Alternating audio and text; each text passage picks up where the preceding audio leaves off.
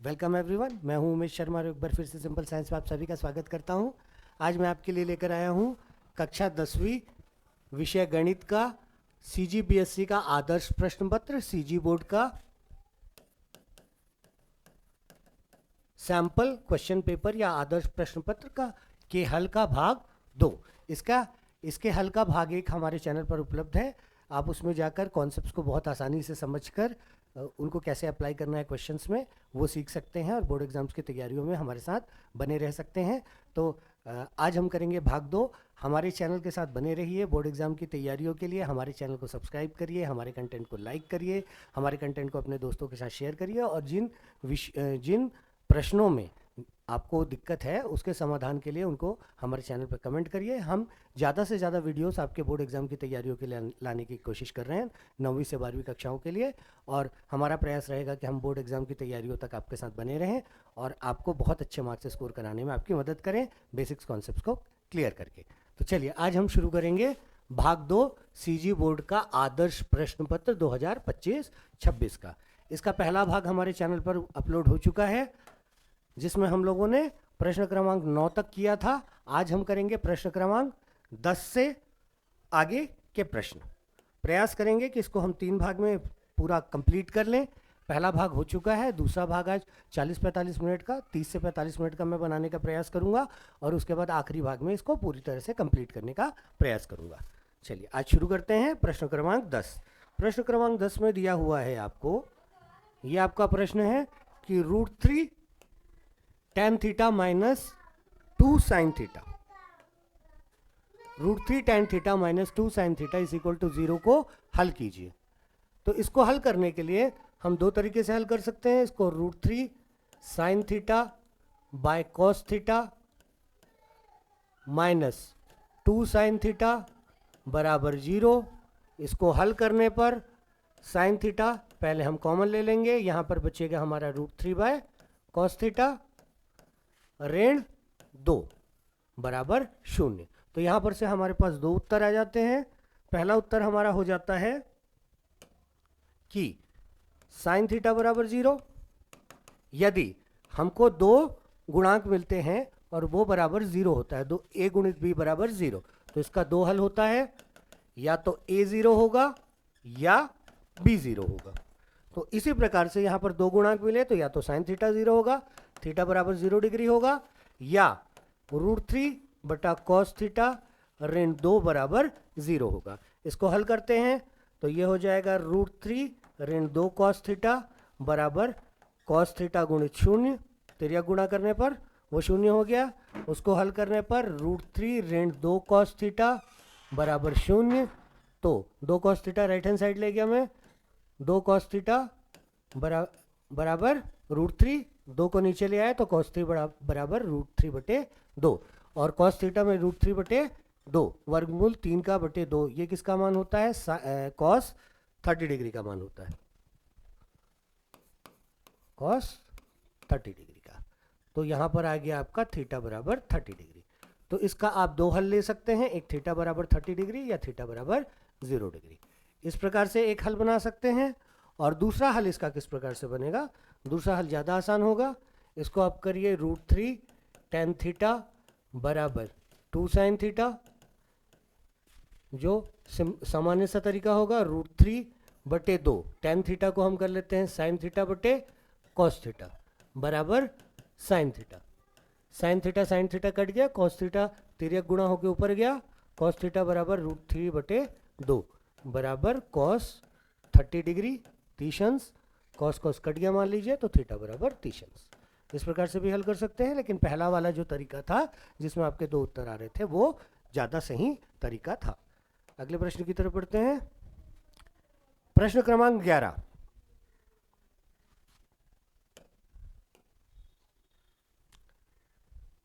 इस प्रश्न में हमको दिया हुआ है कि दी हुई श्रेणी 8 3 ऋण 2 के 22 पदों का योगफल ज्ञात करिए। तो श्रेणी का प्रथम पद आपका a बराबर 8 हो गया, कॉमन डिफरेंस समानांतर आपका हो गया a2 ऋण a1 बराबर 3 ऋण 8 बराबर ऋण 5। हमको क्या ज्ञात करना है? 22 पदों का योगफल ज्ञात करना है। सूत्र होता है S22, पहले सूत्र लिख देता हूं, SN बराबर N/2 2A धन N ऋण 1 गुणित D समानांतर। सबका मान डाल के हल करते हैं। S22 निकालना है हमको, तो ये हो जाएगा 22/2 गुणित 2A, A का मान हमको दिया हुआ है 8, तो 2 गुणित 8 धन N ऋण 1, N हमारा है 22, तो 22 ऋण 1 सीधा मैं 21 डाल देता हूँ गुणित D, D का मान है हमारे पास ऋण 5 गुणित ऋण 5।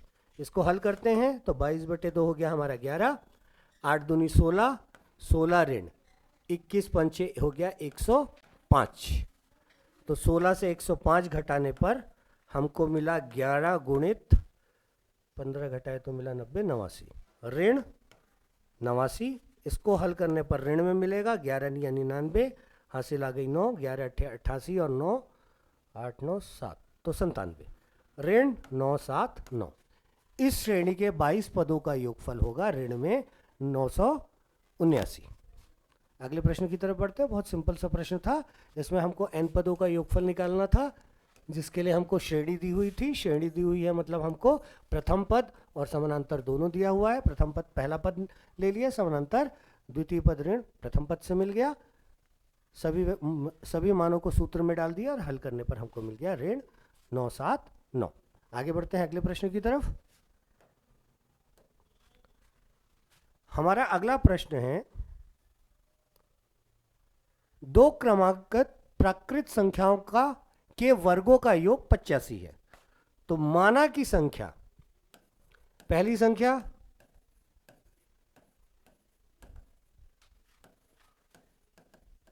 x है, तो क्रमागत दिया हुआ है, तो दूसरी कितनी होगी? इसके बाद वाली होगी। पहली वाली भी ले सकते हैं, बाद वाली ले लेते हैं, x + 1।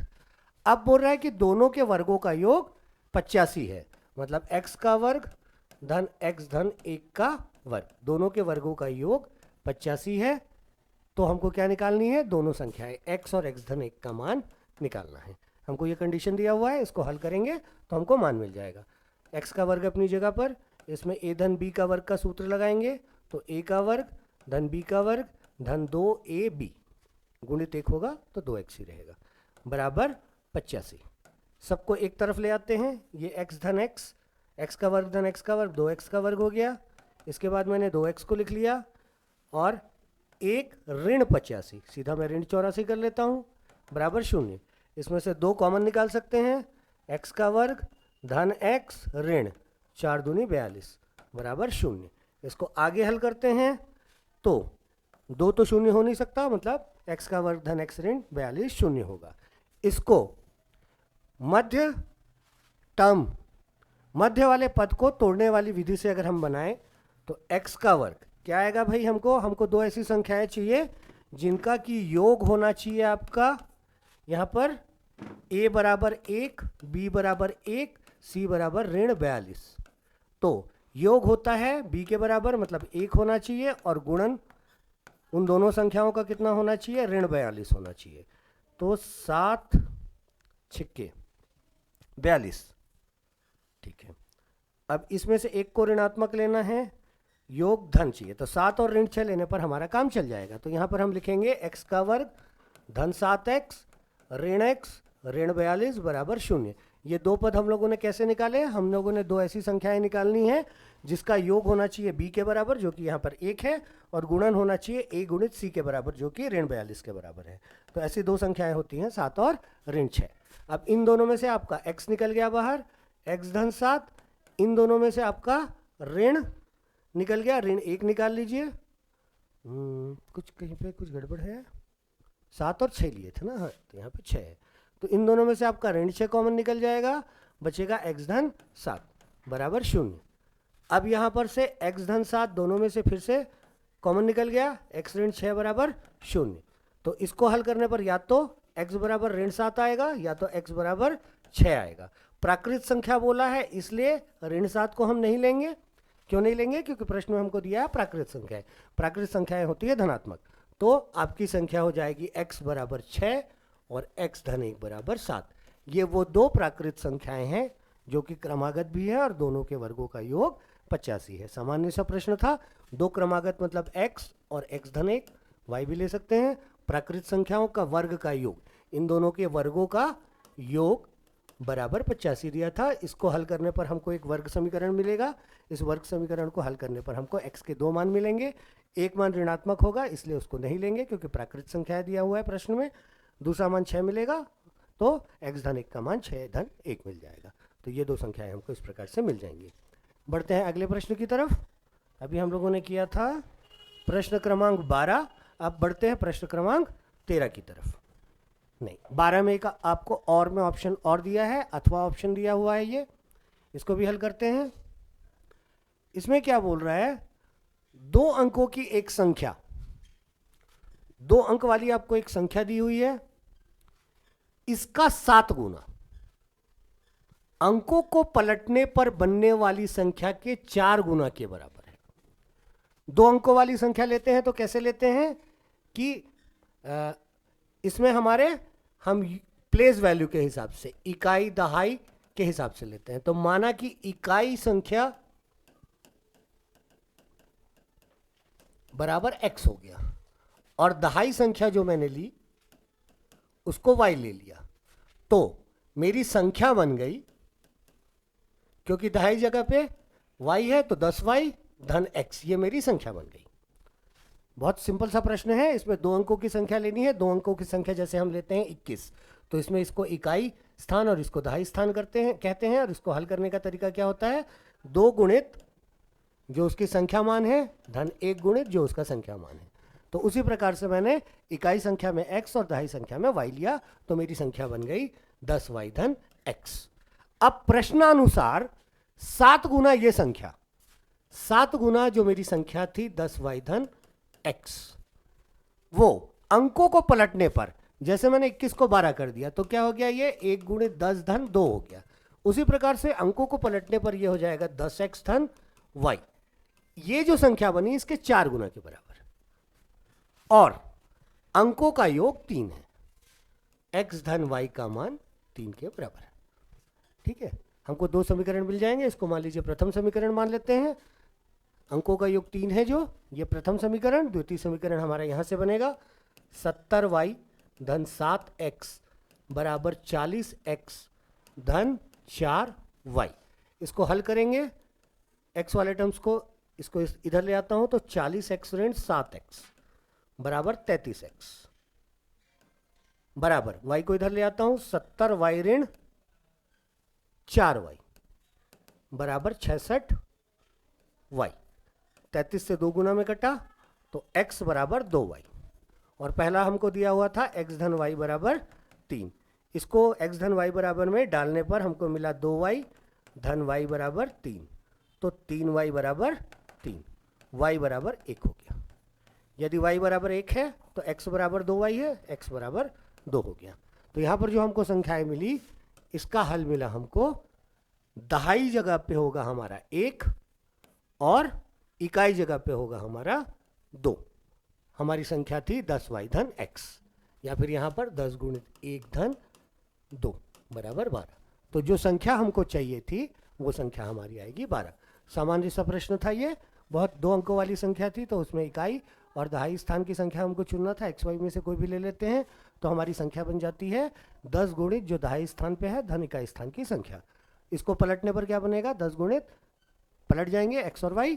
अब बोला है प्रश्नानुसार कि 7 गुना ये संख्या 4 गुना अंकों को पलटने पर बनने वाली संख्या के बराबर है। तो ये हमारा एक समीकरण बना, जिसको हल करने पर हमको मिला x बराबर 2y, और साथ में दिया है अंकों का योग 3 है, x धन y बराबर 3। तो हम लोगों ने यहाँ पर x की जगह 2y रखा, इससे y का मान मिल गया, y का मान बराबर 1, तो x का मान 2 गुना 2, तो हमारी संख्या हो गई 10y धन x बराबर 12। चलिए आगे बढ़ते हैं। आपको प्रश्न बहुत आसानी से समझ में आ रहे होंगे, क्योंकि हम कॉन्सेप्ट को बहुत बेसिक लेवल पर समझकर आगे बढ़ने की कोशिश कर रहे हैं। तो इसी तरीके से बोर्ड एग्जाम की तैयारियों के लिए और बेसिक कॉन्सेप्ट्स को समझकर अधिक से अधिक मार्क्स स्कोर करने के लिए हमारे चैनल के साथ बने रहें। हमारे चैनल को सब्सक्राइब करें, हमारे कंटेंट को लाइक करें, अपने दोस्तों के साथ में शेयर करें, प्रश्नों को कमेंट बॉक्स में डालें, और हमारे साथ बने रहें अच्छे से अच्छे मार्क्स स्कोर करने के लिए। चलिए आगे बढ़ते हैं अगले प्रश्न की तरफ। तो अब हम पहुंच गए हैं प्रश्न क्रमांक 13 पर। प्रश्न क्रमांक 13, किसी समानांतर श्रेणी के प्रथम 14 पदों का योग हमको दिया हुआ है। हमको दिया हुआ है S14, जिसके लिए सूत्र होगा 14/2। अभी मैंने ये सूत्र बताया था SN वाला, 14/2 2a धन n ऋण 1 गुणित d बराबर 1050। ये आपका पहला प्रश्न दे दिया। इसका प्रथम पद 10 है, a बराबर हमको इसमें 10 दे दिया, और 20वां पद दिया है। 20वां पद a20 के लिए सूत्र होगा आपका a धन 19 गुणित सर्वांतर d, जिसका मान आपको दिया हुआ है, अच्छा नहीं दिया हुआ है, इसका मान हमको ज्ञात करना है। तो इसमें हमको क्या ज्ञात करना पड़ेगा, हमको बस d का मान ज्ञात करना पड़ेगा। d का मान ज्ञात करने के लिए हमको ये समीकरण दिया है, बस इसको हल करना पड़ेगा। इस समीकरण को मैं यहाँ पर हल करता हूँ, रुकिए मैं थोड़ी जगह बना लेता हूँ। ठीक है, इस समीकरण को हल करते हैं तो S14 बराबर 14/2 गुणित 2 गुणित a का मान हमको दिया हुआ है 10 धन n का मान कितना है 14 ऋण 1 गुणित d बराबर 1050 1050 के बराबर हो गया। यहाँ पर से मैंने इसको काटा 7 तिर्यक गुणा होकर इसके नीचे आएगा, 7 से कट जाएगा ये 1050, 7 एकम 7 पंचे 35 150 गुना। यहाँ पर है हमारा 20 धन 13d बराबर 150। 20 को इधर ट्रांसफर करते हैं तो 13d बराबर 130 आ जाएगा, 120 ऋण 150 ऋण 20, तो d बराबर हमारा आ जाएगा 130/13 बराबर 10। हमको क्या निकालना था, a20 के लिए सूत्र होगा a का मान है 10, सूत्र लिखा हुआ है धन 19 गुणित d का मान है 10, 190 धन 10 बराबर 200। तो इस प्रश्न का उत्तर होगा 200। सामान्य सा प्रश्न था, S14 का मान दिया हुआ था, a का मान दिया हुआ था, n का मान हमको दिया हुआ है, a का मान दिया हुआ है, d का मान इस समीकरण से निकल जाएगा, a20 निकालना था, a20 के लिए सूत्र होता है a धन 19d। इससे हमारा a और d का मान डालने पर a20 का मान मिल गया, 20वां पद का मान मिल गया। आगे की तरफ बढ़ते हैं, अगले प्रश्न की तरफ। ये वाला प्रश्न हो गया हमारा 13। अब हम आते हैं प्रश्न क्रमांक 14 पे।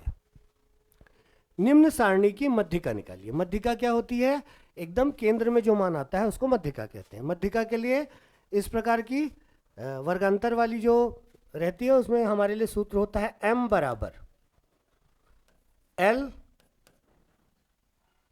मध्यिका वर्गांतर का न्यूनतम सीमा,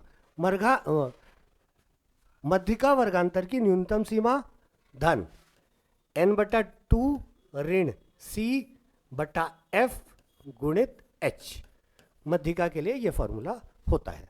तो यहाँ पर c क्या होता है, संचयी आवृत्ति। हम पहले इसके लिए निकालेंगे संचयी आवृत्ति। संचयी आवृत्ति क्या होती है, सभी आवृत्तियों का योग करते जाते हैं। तो यहाँ पर तो आपका 8 रहेगा, यहाँ 38 हो जाएगा, यहाँ पर आपका 40 और 38 हो जाएगा 78, 78 और 9 आपका हो जाएगा 87, सॉरी 78 और 9 हो जाएगा आपका 85, नहीं 87 ही होगा, ठीक 87, 87 और 7 हो गया 94 और ये हो गया 100। ये जो आखिरी में आपको संख्या मिलती है वो आवृत्तियों का योग, जिसको हम समेशन f या n से प्रदर्शित करते हैं, वही होता है। ठीक है, इसका आधा मान n/2 जो मान आता है 100/2 जो यहाँ पे आएगा 50। ठीक है, इसको हम कहते हैं, इससे हम निकालते हैं मध्यिका। अब देखिए 50वां जो है मान, वो मान किस में आएगा, तो इसका मतलब है पहले से लेके 8वां तक मान 0 से 10 के बीच होगा। उसके बाद 8वें के बाद से 9वें से लेके 38वां तक का मान इस वर्गांतर में होगा। 38वें के बाद 78वें तक, तो 50 किस में आएगा, ये वाले में आएगा। इसको हम कहेंगे मध्यिका वर्ग, माध्यिका वर्ग, माध्यिका वर्ग। माध्यिका वर्ग कौन सा होगा, जिसमें हमारा n/2 वाला मान आएगा। तो n/2 वाला मान किस में आएगा, इसमें आएगा। तो ये हो गया हमारा माध्यिका वर्ग। माध्यिका वर्ग का लोअर लिमिट को हम l कहते हैं, इसकी जो वर्गांतर होती है इसको h कहते हैं, तो हमको यहाँ पर से l और h दो मान मिल गया, यहाँ पर n/2 भी मिल गया। अब c और f लेना है, तो c होता है मध्यिका वर्ग से पहले वाले वर्ग की संचयी आवृत्ति, ये होगी, और f होता है मध्यिका वर्ग की मध्यिका वर्ग की आवृत्ति। तो हमको सारे मान मिल गए, हमको बस मान डाल के हल करना है। l का मान हमको मिल गया 20 धन n/2 का मान है 50 ऋण c का मान है हमारा 38 बटे f का मान है हमारा 40 गुणित h का मान है हमारा 10।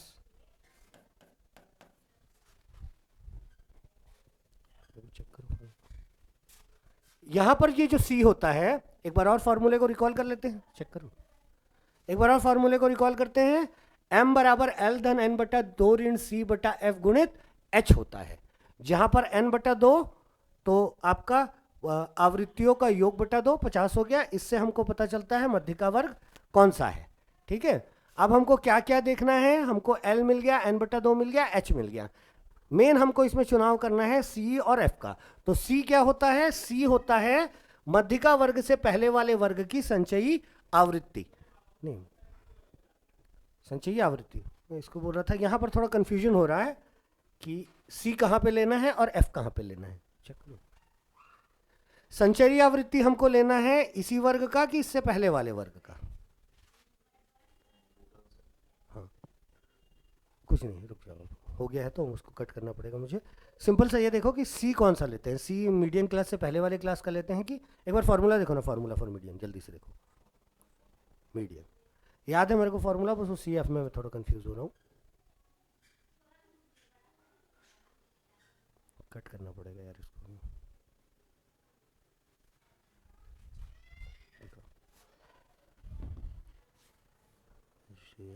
फॉर्मूला मेरे को याद है, इसमें किसको क्या लेना है, क्यों नहीं आ रही है full, cumulative frequency of the class immediately preceding median class, median class से पहले वाले का, और frequency of the median class, बिल्कुल सही है। ठीक है, इसको हल करने पर हमको मिलेगा, ये हो गया 20 धन 50 ऋण 38 हो गया 12 बटे 40 गुणित 10। तो इसको हम हल करेंगे तो 0 0 कट जाएगा, 4 तिया 12 हो जाएगा, तो 23 हमारी माध्यिका मान होगी। इस प्रश्न का उत्तर होगा 23 होगा माध्यिका। बहुत ही सामान्य सा प्रश्न था, सिंपल सा प्रश्न था, जिसमें हमको सिंपली फॉर्मूला लगा के m बराबर l धन n/2 ऋण c बटे CF भी लेते हैं कहीं कहीं पे, बटे f से इतने के में बटे होगा इंटू h, ये सूत्र था।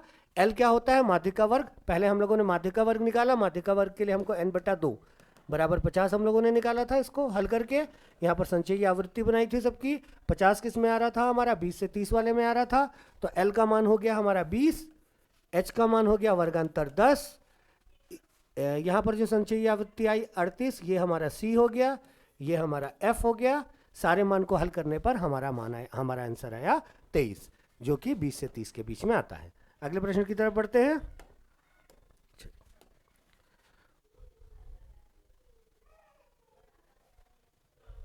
नीचे दी हुई तालिका में किसी विषय के विद्यार्थियों और उनकी संख्या दी हुई है, बहुलक ज्ञात करिए। इस प्रश्न में हमको बहुलक ज्ञात करना है। बहुलक को किससे प्रदर्शित करते हैं, z। z के लिए क्या सूत्र होता है, z के लिए सूत्र होता है l धन f1 माइनस f0 बटा 2 times f1 minus f0 minus f2 गुणित h। ठीक, अब इसमें हमको सबसे पहले क्या निकालना है, इसमें हमको निकालना है बहुलक वर्ग। बहुलक वर्ग कौन सा होता है, जिसकी आवृत्ति सबसे ज्यादा है, तो ये वाला वर्ग हो गया हमारा बहुलक वर्ग। अब इस बहुलक वर्ग की जो न्यून सीमा है ये होती है l, तो यहां पर हमारा l का मान आ गया 40 धन f1 क्या होता है, बहुलक वर्ग की आवृत्ति, f0 क्या होता है, बहुलक वर्ग से पहले वाले वर्ग की आवृत्ति, और f2 क्या होता है, बहुलक वर्ग के बाद वाले वर्ग की आवृत्ति। तो f1 हो गया 29 ऋण 11 बटे 2 गुणित 29, तो ये हो गया हमारा 58 ऋण f0 11 ऋण f2 6 गुणित h, वर्गांतर कितना है यहाँ पे 10 का, गुणित 10, ये 40 अलग से लिखेंगे हम, 40 धन, तो ये 40 धन z बराबर आ गया हमारा 29 ऋण 11 हो गया 18, ये हो गया हमारा 17, 58 में से 17, 8 में से 7 गया 1 और 31, 8 में से 7 गया तो 1 बचा और 5 में से 1 गया तो 41 बचेगा यहाँ, 18/41 गुणित 10, तो ये 180, इसको हल करने पर जो मान आएगा वो हमारा उत्तर होगा। तो इसको हम कर सकते हैं 4 चौक 16, 164, आपका बच गया 16, 60, तो तिया 123। तो अगर दो बिंदुओं में ले तो आपके लिए बहुलक इस प्रश्न का उत्तर आएगा 44.3। एक सामान्य सा प्रश्न था जिसमें बस आपको सूत्र लगाना था, सूत्रों में जिन मान को डालना है उसको समझना था। तो इसमें क्या होता है, सूत्र z बराबर l धन f1 ऋण f0 बटा 2 f1 ऋण f0 ऋण f2 गुणित h। f1 क्या होता है, सबसे पहले हमको बहुलक वर्ग निकालना पड़ेगा। बहुलक वर्ग कौन सा होता है, जिसकी आवृत्ति सबसे ज़्यादा होती है, और इस वर्ग की आवृत्ति को f1 कहते हैं। इससे पहले वाले वर्ग की आवृत्ति को f0 कहते हैं। इसके बाद वाले वर्ग की आवृत्ति को, वर्गांतर की आवृत्ति को f2 कहते हैं। इस प्रकार से हम लोगों ने L निकाल लिया, बहुलक वर्ग का न्यूनतम सीमा H निकाल लिया, F1 F0 F2 सारे मान को हल करने पर हमको 44.3 बहुलक मिला। आगे बढ़ते हैं अगले प्रश्न की तरफ। ये प्रश्न अभी हम लोगों ने हल किया हिंदी में। आगे बढ़ते हैं अगले प्रश्न की तरफ। आज के लिए ये आखिरी प्रश्न करते हैं, प्रश्न क्रमांक 15। बाकी जो प्रश्न है उसको हम अगली कक्षा में पूरा करने का प्रयास करेंगे। बहुत ज़्यादा लंबी वीडियो हम नहीं बनाना चाहते। हम चाहते हैं कि आप आराम से 40-45 मिनट तक कॉन्सेप्ट को पढ़ के कम से कम 8 से 10 प्रश्नों को आसानी से हल कर सकें। तो चलिए मूव करते हैं आज के आखिरी प्रश्न की तरफ। ये प्रश्न क्या है, ये है आपका पृष्ठ और आयतन से संबंधित प्रश्न। लोहे की 3 गोलियां आपको दी हुई हैं।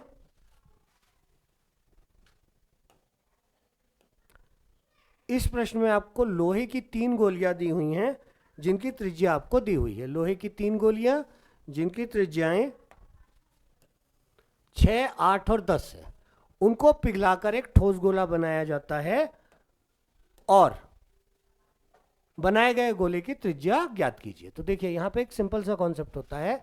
यदि आप एक प्रकार की वस्तु को, एक प्रकार के फिगर को दूसरे प्रकार के फिगर में कन्वर्ट करते हैं तो उसका आयतन, पृष्ठ भले ही अलग अलग हो जाए लेकिन आयतन उतने का उतना ही रहता है। यहाँ पर प्रश्न के अनुसार ये जो 3 गोलियों का आयतन होगा वो बड़े गोले के आयतन के बराबर होगा। V1 धन V2 धन V3। ये V1 V2 V3 क्या है, पहले गोले, दूसरे गोले और तीसरे गोले का आयतन बराबर बड़े गोले का आयतन के बराबर होगा।